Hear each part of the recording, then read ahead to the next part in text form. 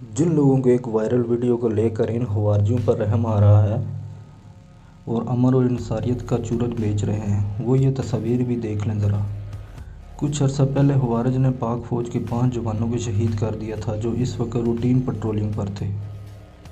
اس نے اور اس کے ساتھیوں نے چھپ کر جوانوں پر حملہ کیا۔ کچھ جوان تو موقع پر ہی شہید ہو گئے اور جو 2 زخمی تھے ان کے چہرے پر گولیاں مار دی گئیں۔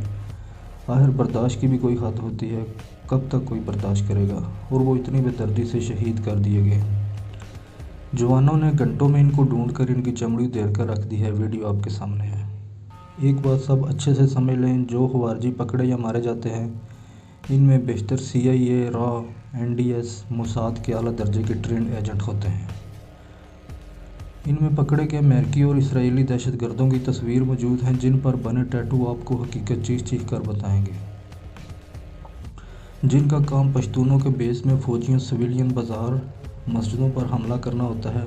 جب یہ جہنم کے پکڑے یا مارے جاتے ہیں تو ان کے لیے آواز اٹھانے والے بھی انہی کے بیرونی ایجنسیوں کے پالتو ہوتے ہیں، جو اپنے پراپیگنڈوں سے معصوم پختونوں کو گمراہ کر کے انہیں اپنے ساتھ شامل کر لیتے ہیں۔